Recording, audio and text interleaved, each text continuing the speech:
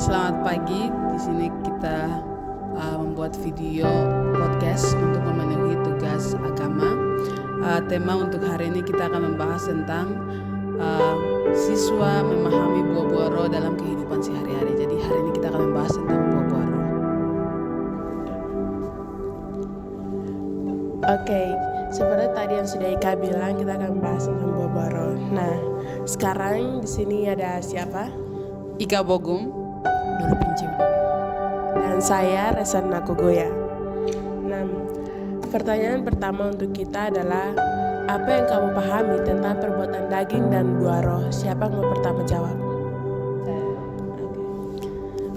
Jadi kalau menurut saya buah-buah roh itu yang seperti dikatakan dalam Galatia 5:20-23 tentang hasil kerja kehidupan orang percaya gitu. Jadi buah-buah roh itu kayak kita terapkan dalam kita kehidupan sehari-hari, kasih sukacita, damai sejahtera, dan sampai penguasaan diri kita harus lakukan dalam kita kehidupan sehari-hari gitu.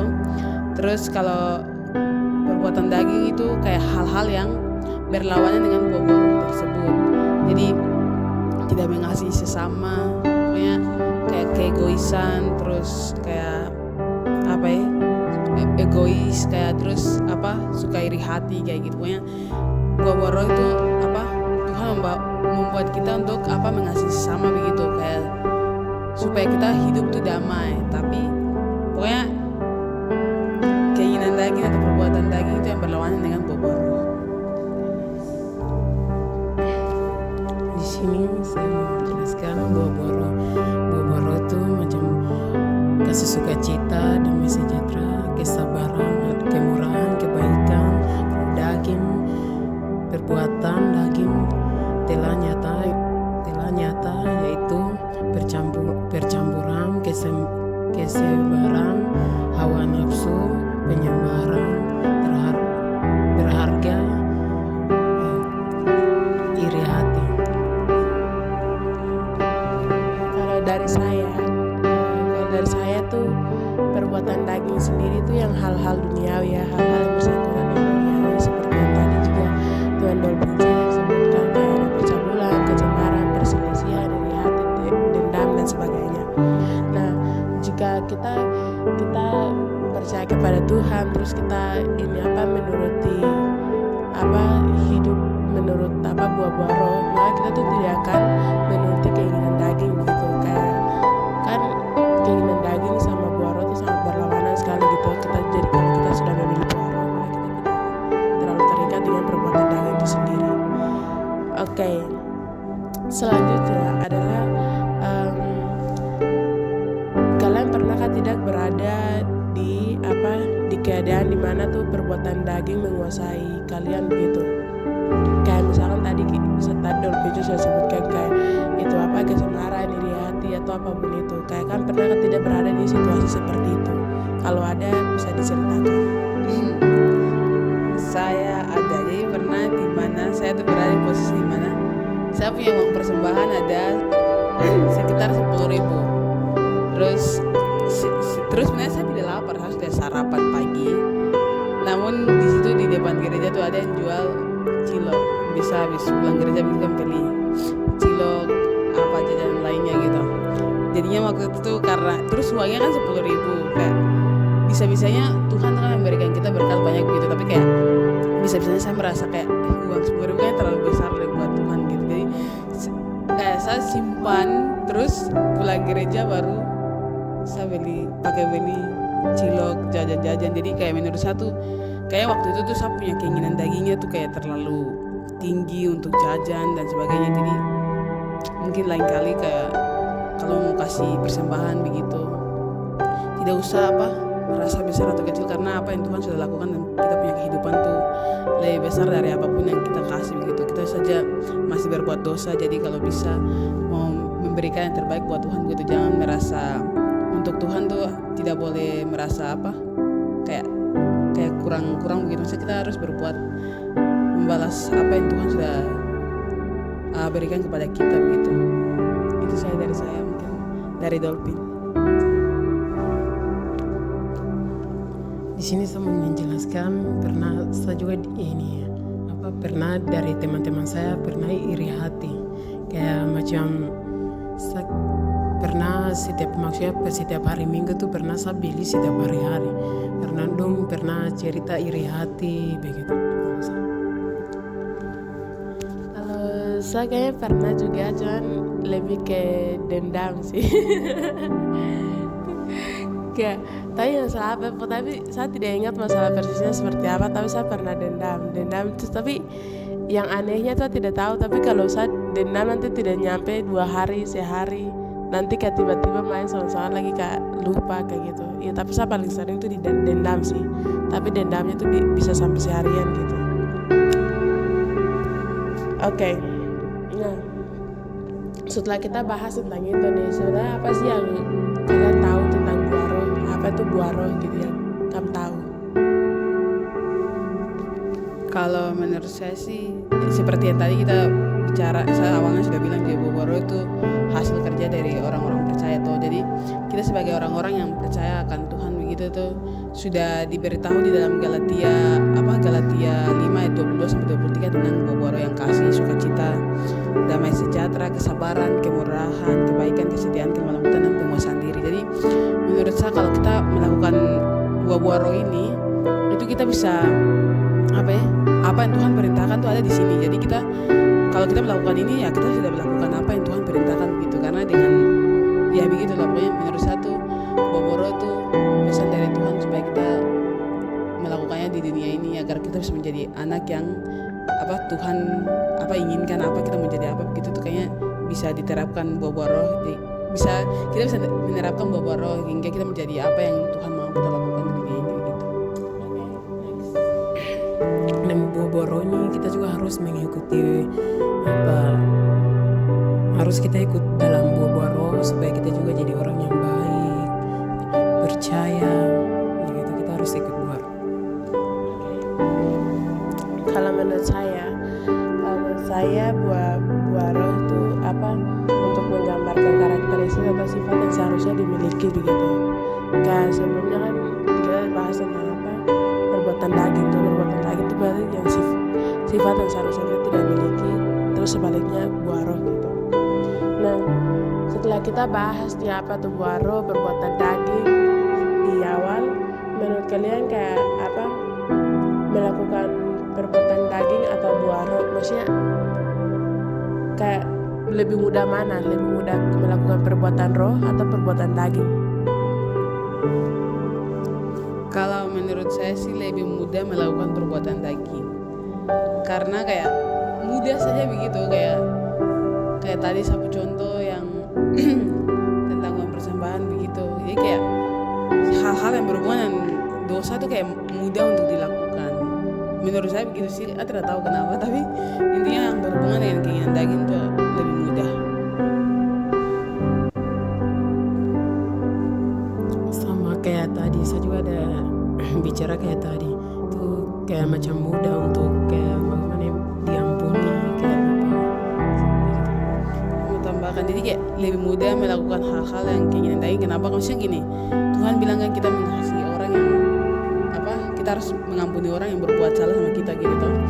Maksudnya itu kayak susah saja, nggak susah toh, kayak susah untuk mengampuni orang yang bersalah, misalnya bikin salah sama kita gitu. Jadi kayak lebih mudah untuk membenci dia daripada kayak mengampuni, itu lebih susah gitu. Kayaknya lebih mudah untuk melakukan yang perbuatan daging gitu. Tapi kalau bisa kita harus usaha untuk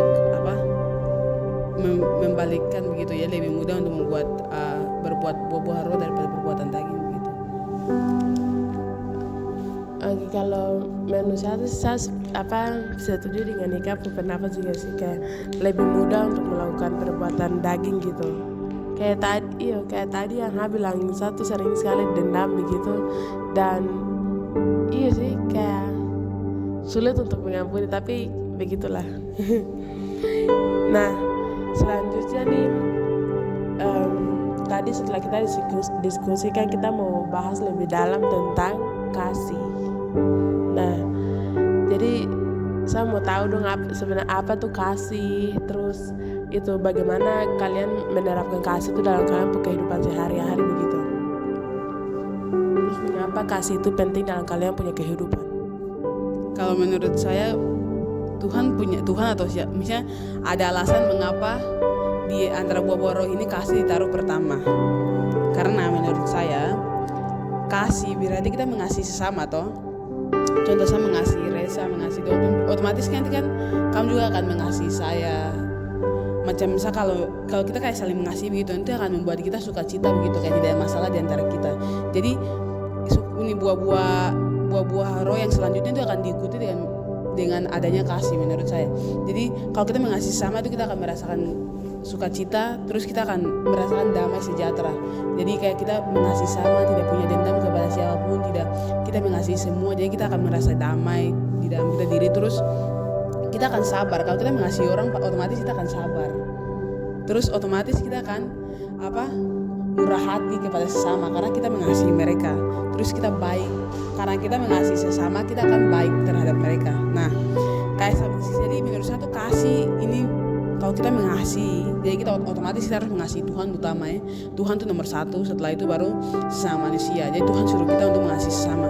Karena mengasihi sesama itu yang penting begitu ya. Kasih itu bisa, pokoknya menurut saya kasih yang paling penting. Dengan kasih itu beberapa orang lainnya itu akan, menurut saya itu akan ikut saja begitu. Kalau ada kasih itu macam kemurahan, kebaikan, kasih kepada Tuhan, kebaikan dari orang lain tanpa peduli.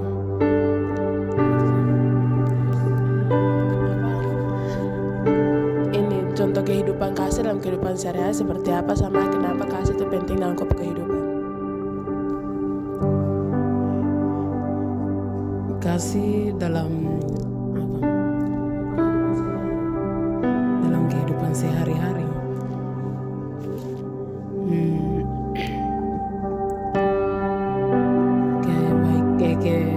Kebaikan macam kita bagi makanan ke teman, macam kebaikan kayak macam teman kurang kita harus bagi, kita harus menolong teman, sesama teman. Oke. Kalau menurut saya kasih itu ada, maksudnya kalau untuk artinya sendiri mungkin ada beberapa gitu. Ada kasih agape, phileo, sama ada kasih storge. Nah, kalau kasih agape kan antara Tuhan kepada manusia, di mana kasih itu diberikan secara cuma-cuma kayak iya. Terus kalau kasih phileo berarti kasih antara kita dengan kita teman, kayak kasih antara kita tapi lebih intim begitu. Nah, terus yang terakhir adalah kasih storge. Kasih storge sendiri itu kasih alamiah begitu, antara seperti keluarga dengan orang tua dengan anak begitu, itu kasih alamiah. Nah, dari sini kalau untuk contoh kehidupan contoh kasih dalam kita kehidupan sehari-hari mungkin kayak kita melihat teman ini tidak mampu di salah satu bidang, kita bisa membantu dia untuk maju dalam itu biar kita sama-sama maju begitu. Itu salah hal kita mengasihi dia juga.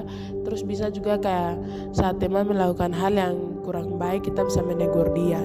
Itu juga salah satu bentuk kasih yang bisa diterapkan dalam kita kehidupan sehari-hari.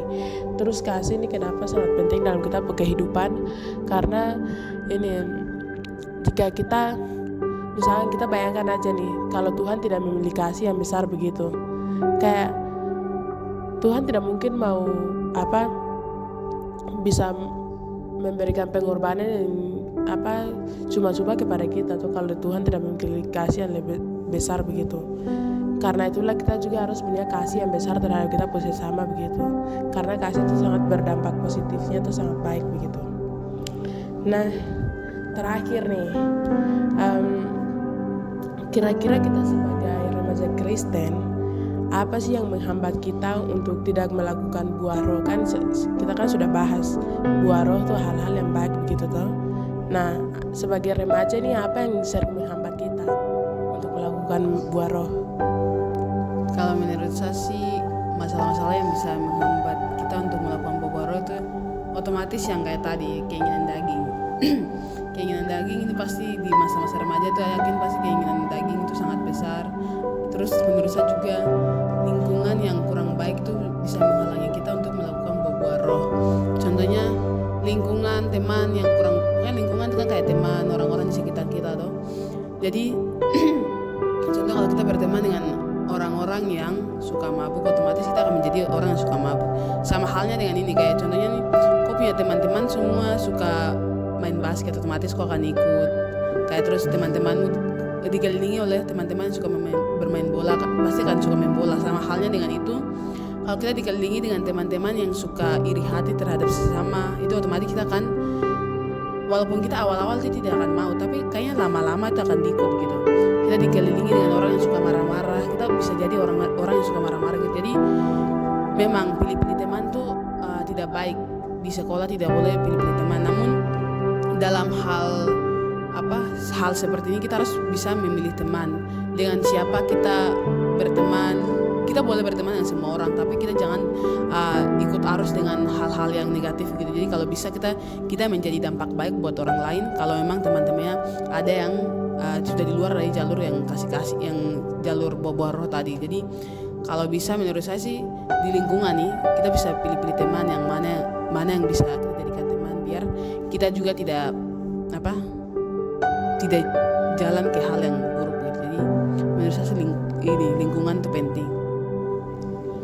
Menurut saya tuh macam hawa nafsu itu kita bisa lupa buah-buah roh, macam ikut teman yang kayak ikut teman yang kayak nakal ini itu, kita akan lupa buah-buah roh begitu, macam iri hati, kayak kita ikut teman, macam kita bisa lupa buah-buah roh yang kita selama ini kita tahu begitu, kita bisa lupa. Oke, kalau menurut saya yang sebagai remaja Kristen yang paling menghambat kita untuk melakukan buah roh, kayaknya mungkin salah satunya merusak kayak sosial media. Pokoknya ini tuh salah satu hal yang menghambat kita sekarang. Kayak misalkan nih, kalau mungkin orang-orang di luar sana kayak tidak menggunakan HP nih secara berlebihan, dong bisa saja kayak membangun komunikasi dengan orang lain. Jadinya dengan kita tahu dia seperti apa tuh, kita bisa saling membantu dan membangun juga begitu. Nah menurut saya salah satunya tuh sosial media sih sangat berpengaruh dalam itu untuk menerapkan buah-buah roh. Oke, dari pembahasan kita dari awal sampai akhir tentang buah roh, terus jadi dari sini ada yang memberikan kesimpulan kayak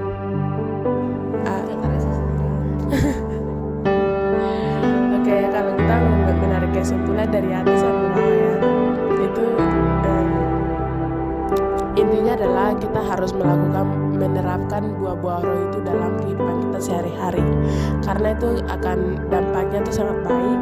Dan emang susah untuk keluar dari perbuatan daging, tapi itu semua balik lagi ke kita punya diri sendiri. Apa kita mau tetap di buah roh atau kita mau terus berada dalam lingkaran perbuatan daging itu. Jadi gitu. Apakah ada yang mau Tidak ada. Oke, saya Resalina Kogoya. Saya Ika Bogu. Saya Dorpin Ceudikepa. Pamit undur diri. Itu saya dari kami, terima kasih. Tuhan Yesus memberkati.